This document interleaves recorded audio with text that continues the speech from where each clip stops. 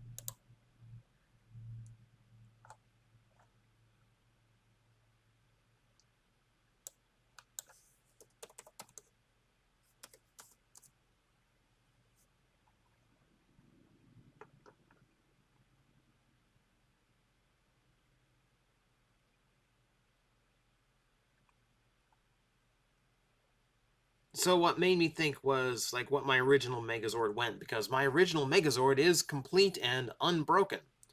And it goes for a little over 200. So dead end there. Dead end there. That is not the kind of money we are talking about. It's certainly more than it originally went for. In 1993, it was a $40 toy. Now people ask $200 for it. And if it was in box, I'm sure it'd be way higher. But it is what it is for now. So I just thought of that one off the top of my head while I was doing this. So I thought, let me just double check just to make sure. I didn't think it'd be that valuable. And turns out it's really not.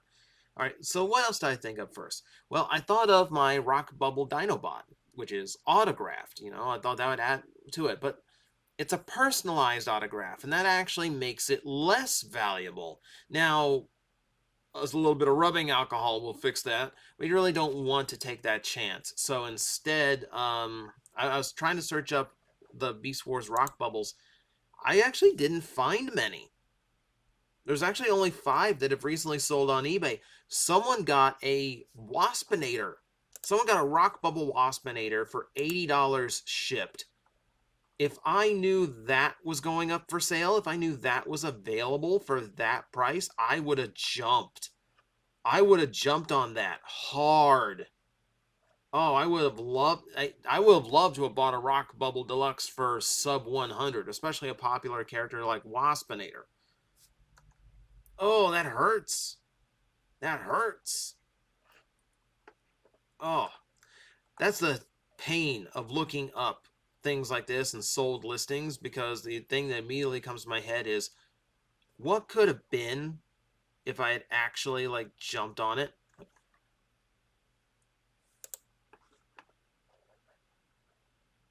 What is this nightmare? Hang on. Beast Wars Waspinator figure, brand new. I got news for you. That's not Waspinator's card. That's not Waspinator inside. And there's no names on it whatsoever, which means this is a knockoff. Yeah, the Made in China there in the corner, that wouldn't be there on an original. Yeah, you'd look at the Kenner logo. Yeah, it doesn't mention Dinobot's name at all. You have to go to the cross sale up here. It doesn't mention his name at all. Wow. That's unfortunate. Okay, weird tangent there. All right, back to expensive. Back to expensive. What about statues? I have the Unicron Hard Hero statue, and mine is the BotCon version. Like, it's the BotCon release. It is the artist proof version. Like, it has a much lower numbering than the mass release. This one went for about $250. Mine has the box still, so that would actually increase it. That would increase it. Being a artist proof version would increase it. Not a terrible amount though. That actually got from a contest back at on TFW 2005. Strangely enough, like that was before I was actually staff there and actually a content contributor. And back then, they were doing a contest where every week someone won a statue from Hard Hero, and I think First Four Figures I think was the shop that was selling it or providing it. It's been a long time. It's been a long time. That's the name that jumps to my head. So every week someone's going to win one of the mini Hard Hero busts, and my entry was supposed to win the Ultra Magnus bust. They never sent me the Ultra Magnus bust. Never got it. They sent me the Unicron statue because because out of like all the winners I also won the grand prize, which is amazing. I never win grand prize anything. So I was like, I was in a position where like they sent me a free Unicron statue. What am I gonna quibble over the fact I didn't get that little Ultra Magnus? I wanted it, but like whatever, that was whatever at that point. So this actually hasn't gone up as much as I thought it would. Like normally, like big statue pieces like that, that's generally big bucks. So that's actually kind of surprising. But yeah, there we go. So that one was off my table as well. For still looking through Transformers, my other thought was, hey, I've got a G1 Star Saber. That's got to go for something, right? Well, here's a recently sold one that still has the box, and it went for $265, 45 bucks shipping. So just north of $300 shipped for the box and everything. I paid $160 for mine loose, and the only thing it needed was stickers. So with repro labels, I'm into that toy about 175 bucks. So yeah, it's not as valuable. It's probably about on par because this one has the box and the foam and all that. And like I would much rather have the box and all that because the box is beautiful. I love the art style on the Japanese boxes, but mm, that one I thought was going to go a lot higher. Strangely enough, every time I looked at Victory Leo, he's always well north of 300. Like anytime I get into my head that I want Victory Leo, it's always more than this, even loose. So it's maybe I'm just not looking at the right time because toy prices fluctuate radically. So through all of this, I mean, I never really go after like, oh, that's a rare toy, I need to grab that. Oh, that's going to increase in value, I need to grab that. I've never been that kind of collector. I just buy things, and if by happenstance they become valuable, that's cool. That's cool. I'll take it. So the one that started this, the whole thing that started this was this toy. This is a combat belt Batman from the animated series back in the early 90s. This is Kenner, before they were bought by Hasbro, I believe, 1992. And the card itself is in excellent condition. Excellent condition. Like looking through it now, like maybe like a very, very, very slight bend to one corner. Like barely noticeable. But like everything else on it is just like minty goodness. Minty goodness. And yes, it's autographed. So let's talk about that for a second. Now, if I look up Combat Belt Batman on eBay, oh boy, oh boy. This is a toy that cost about $5 back in the day. Yeah, that's about standard, normal action figure price back in 1992. So if I start looking at this listing, and we see that this toy is now apparently capable of selling for approximately, if this load up, you already saw it, but I want to fully load it, $385 and $12 shipping. This is a $400 piece. It's a $400 piece. When I say the difference between expensive and valuable, this is what I mean. Expensive is worth a lot of money just because it's originally cost a lot to get. Valuable means that it has gained a ton more value than it originally cost you to get. Difference. So a $5 toy now potentially worth $400. Now, I will admit this is subjective. It kind of depends on the day of the week. Here's another one that sold $222. And comparable condition.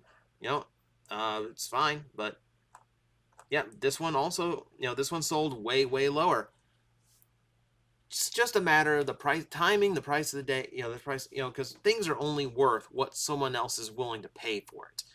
It's subjective if it is worth that much or not. So to somebody, yes, a completely unopened and really nice condition Combat Belt Batman is going to run you $400, and that's perfectly reasonable to them. You spend what it costs to get something really valuable. But other days you have 222. Now, this person may not have seen that auction. They may have just, put, something approximate to what other people are asking or what they think is fair. So, high mark 400, low mark, let's say about 250, right? So that's their range. As far as valuable goes, yeah, that's really up there. But we can do better than that. We can do better than that. So $385, $12 shipping for perfect condition. Essentially close to perfect condition. If we look at another listing, because as we know, mine has the lovely Kevin Conroy autograph on it.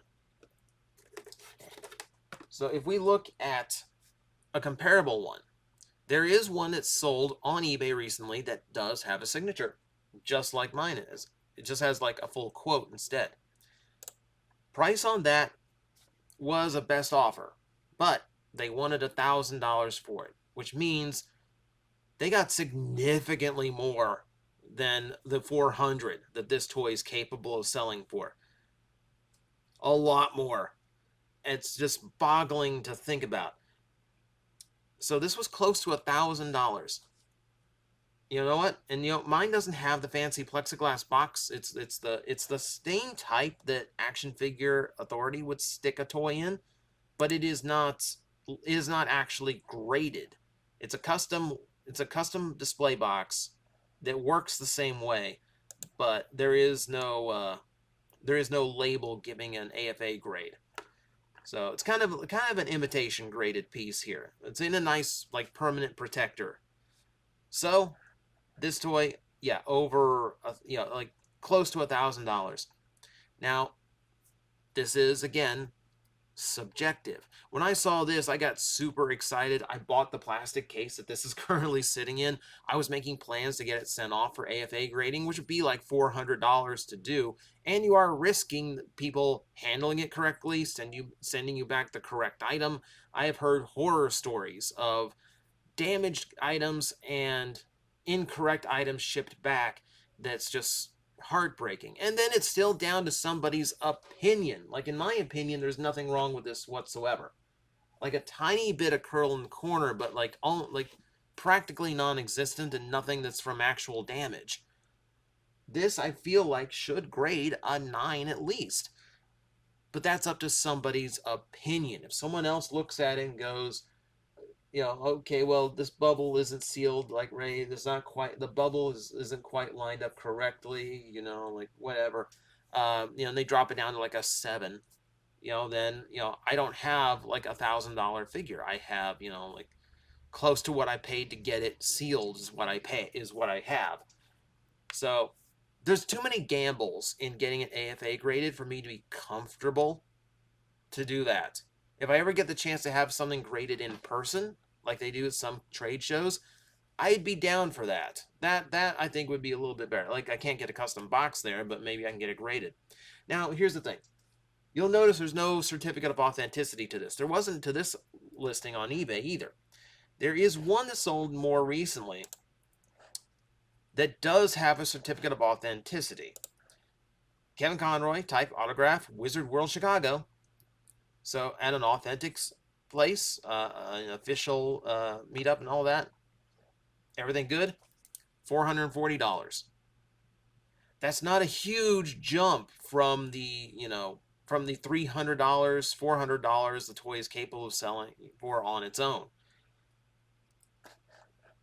Which is weird because you'd think with this certificate of authenticity it would actually go a lot higher. But this is again where this just that day of the week is super subjective thing, and just I don't know. You cross your fingers and hope that the day you sell yours is the day someone's really willing to spend a lot on it. Now, mine doesn't have a certificate of authenticity. What I have is a 13-minute interview with the man, so it's kind of hard to debate whether or not I met him or was, capable of getting this autograph. It was at a nothing little convention in Tampa. The guys, Team Dynamite, who put on MetroCon, put it on. It flopped, and it did not deserve to flop. It was a fantastic show. Lots of effort put in through everyone. It's just poor timing. Same as the toy selling. Convention was just at the wrong time. So whether or not this is the most valuable toy I own is now debatable. Before this second eBay auction, I was thinking, yeah, I've got $1,000 piece because I guarantee mine's in better condition than that one was. But I don't know that, which makes it really, really frustrating. So for now, I'm not calling this like the most, like what I don't consider this like the piece that's worth the most in my collection because, like I said, I've got things like the O's driver that were expensive, and if I resold them, I would get a lot more money for that than I would for this. But I would still call it the most valuable figure in my collection because not only is it the most unique, it went up so much in value since its inception that it's only going to go up from there. God forbid anything ever happens to Kevin Conroy, but the day it does, that's going to skyrocket. So we will sit on it, and maybe someday it'll be going for easily $1,000, or maybe more. Who knows? But thank you guys for joining me on this little, I guess, bragging episode. Hey guys, I got a figure that's like super valuable. But don't really mean to be like that. I was just kind of like sharing the process of like figuring out what is the most valuable thing in my collection. And does anything compare to a signed combat belt Batman? Right now, technically no. Technically no. But who knows? uh, who knows? Once I go through everything in depth, maybe something else will spring out. Maybe I got a Transformer that's worth $1,000 on its own loose. Who knows? But if I find one, I'll let you know. And I'll be taking offers. Guys, I am facing the most powerful enemy any YouTuber can face, the algorithm, and I need your help to defeat him. Hit the like button, hit the subscribe button, hit the notification bell, and leave a comment. Every time you do, we attack that algorithm and we drive it back until it can no longer defeat this channel. Thank you very much.